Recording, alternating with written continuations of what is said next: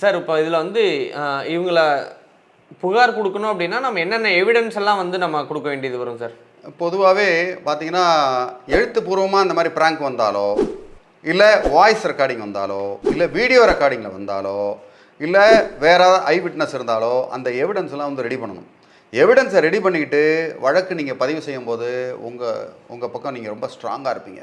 ஸ்ட்ராங்காக இருந்தீங்கன்னா அல்டிமேட்லி நீங்கள் உங்கள் கேஸில் வின் பண்ணுறதுக்கு ஒரு வாய்ப்பு இருக்குது. பொதுவாக பார்த்தீங்கன்னா காவல் நிலையத்தில் அவங்க செய்கிற தவறு ஒன்று இருக்குது. பல நல்லது செஞ்சாலும் பல தவறுகளும் இருக்குது. இதெல்லாம் ஒன்றும் இல்லைங்க, இதை விட பெரிய கேஸ்லாம் எனக்கு இருக்குது, இதெல்லாம் ஒரு கேஸா, இதை விட பெரிய கேஸில் நாங்கள் பார்த்துக்கிட்டு இருக்கோம், முடியாதுன்னு சொல்லுவாங்க. நீங்கள் விடவே கூடாது.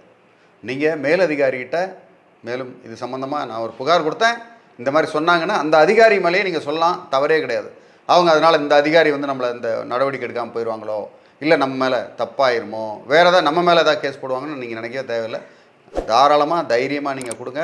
உங்களுக்கு சப்போஸ் அதில் உதவி ஏதாவது தேவைப்படுதுன்னா தாராளமாக எங்களை நாடுங்க. எங்களை மாதிரி அட்வொகேட்ஸை நீங்கள் வந்து நாடுங்க. உங்களுக்கு ஹெல்ப் பண்ணுறதுக்கு தயாராக இருக்கும். நன்றி, வணக்கம்.